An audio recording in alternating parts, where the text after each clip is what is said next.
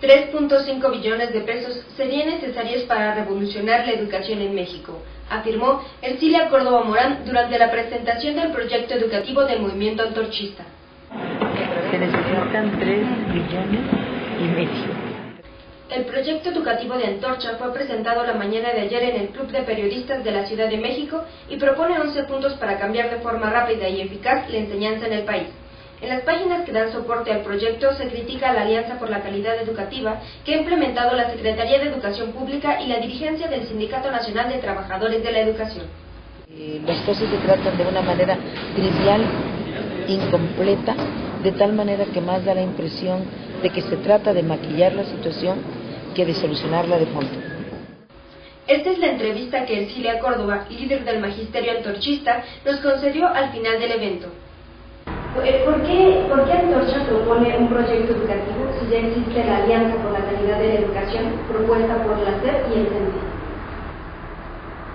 Porque, en primer lugar, si analizamos el proyecto que nos está proponiendo Alianza por la Calidad de la Educación, vamos a encontrar que hay varias incongruencias y que finalmente el propósito no se corresponde con las acciones que se van a realizar.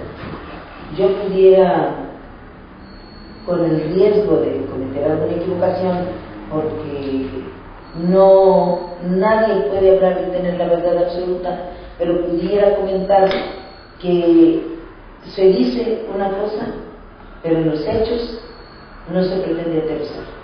Es incongruente el proyecto de la Alianza. Y en este sentido, ¿cuáles son los elementos novedosos que propone Antorcha en su proyecto para cambiar la educación en México? El primer aspecto novedoso, como lo designas, perdona que repite, es el hecho de que nosotros sí definimos con toda claridad qué perfil de educando necesita nuestra patria y qué perfil de educando perseguimos. El proyecto que antepone a Alianza por la Calidad Educativa, Antorcha Magisterial, empieza por definir qué tipo de egresado requiere nuestra patria. Y sostenemos que el hoy estudiante y después profesionista debe ser un individuo crítico, científico, competitivo, culto, trabajador y muy identificado con el pueblo trabajador. Desde su perspectiva, ¿cuáles son las causas que hacen de nuestro sistema educativo un sistema disfuncional? Bueno, si nos remitiéramos al desarrollo histórico del país, veríamos que cada modo de producción, que cada etapa del desarrollo por la que ha atravesado nuestro país, se ha correspondido, como sucede en todo el planeta, también con un perfil de ingreso. Por ejemplo, si habláramos de la colonia, veríamos que en la colonia el perfil de ingreso que se requería era un individuo monárquico, un individuo apegado a la iglesia, un individuo sumiso, un individuo que no fuera capaz ya no solo de protestar, sino de ni siquiera poner por escrito y menos hablar sobre ideas que no atendieran a este propósito. Y si pasáramos a la reforma, también veríamos que hay un perfil de ciudadano y por lo tanto un perfil que se cultiva en las instituciones. ¿Cuál era ese perfil?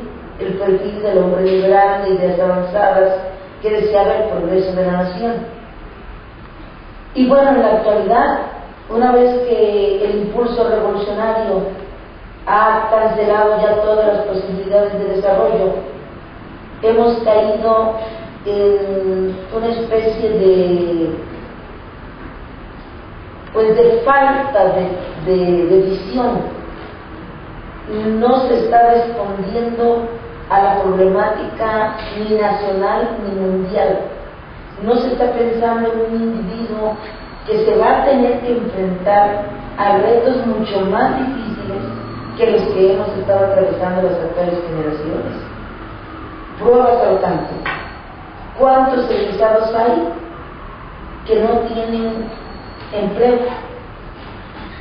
¿Y cuántos egresados de esos que no tienen empleo no tienen tampoco la preparación suficiente?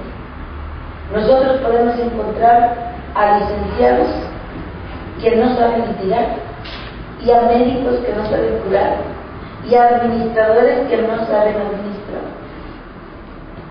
¿Y eso a qué se debe? A que nuestro sistema no está atendiendo a la realidad social que vive. No se preocupa por poner a la altura de las circunstancias a los ciudadanos que está formando. Y en ese sentido es disfuncional, porque lo que él quiere hacer no funciona y por lo tanto no puede lograr que los mexicanos se levanten y se vuelvan propositivos y competitivos.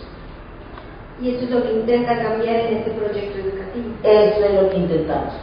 Nosotros tenemos en ese sentido 7 líneas de acción que las pudiéramos catalogar como el método que Antorcha Magisterial propone para conseguir al individuo que necesita nuestra patria en las actuales circunstancias. Y esa línea de acción es que volvamos a nuestro estudiante un altísimo profesionista con una también comprobada y altísima calidad académica.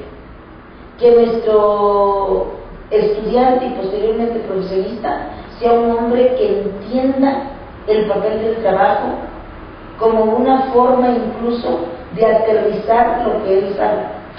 Que nuestro estudiante sea culto, que sea sensible, que entienda lo que lee, que ame a las grandes obras de la literatura universal, que las entienda, que sepa que la literatura no es otra cosa más que el reflejo de los grandes problemas sociales, que ame la poesía, que tiene las mismas características que la literatura en general, que sea un individuo fuerte, que practique el deporte, ya sea individual o de conjunto o los dos al mismo tiempo, que sea un individuo honrado, trabajador, bueno, y que los maestros colaboremos de una manera eficiente también a nuestra vez, siendo competitivos, siendo científicos, haciendo de la pedagogía una ciencia y reconociendo no solo nuestros derechos sino también nuestras obligaciones, para que formemos el binomio perfecto y saquemos adelante a los mexicanos, sobre todo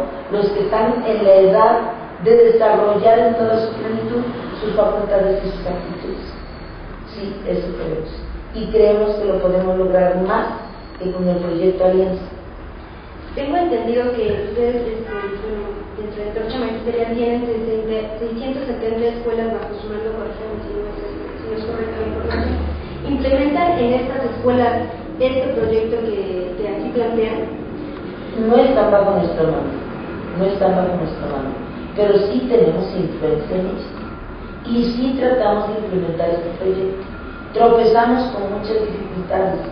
La principal dificultad es el control tan férreo que el sindicato tiene sobre los trabajadores de la educación.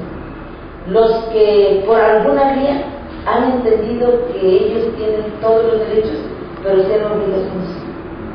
Y es muy difícil llevarlos a que recobren la verdadera naturaleza de su desempeño, que no es otra más que ser un verdadero transformador, un verdadero educador. El maestro se ha vuelto un burócrata, quizás de los más deficientes, porque nadie le exige resultados, nadie le exige índices de calidad, nadie lo evalúa y mucho menos le exige cierta calidad después de haberle aplicado esa evaluación, y entonces se vuelve muy refractario a todo aquello que pretenda sacarlo de esta situación. Sin embargo, nosotros trabajamos con los maestros, les hablamos de nuestro proyecto, les hemos demostrado su viabilidad, los hemos llevado a que incluso luchen por crear las condiciones que nos permitan implementar nuestro proyecto con todas las posibilidades, y creo que algo hemos ido logrando. Bueno, y una última pregunta. ¿Cuánto costaría implementar este nuevo proyecto? costo estricto no lo tengo, pero con el 8% que determina la UNESCO, que asciende más o menos a 3,5 billones de pesos, y que bajara hasta la plataforma donde se desarrolla el proceso educativo, estoy segura que va a estar bien. Pues muchas gracias, maestra, por estar aquí con nosotros y compartir todo este proyecto. Al contrario, señorita, muchas gracias.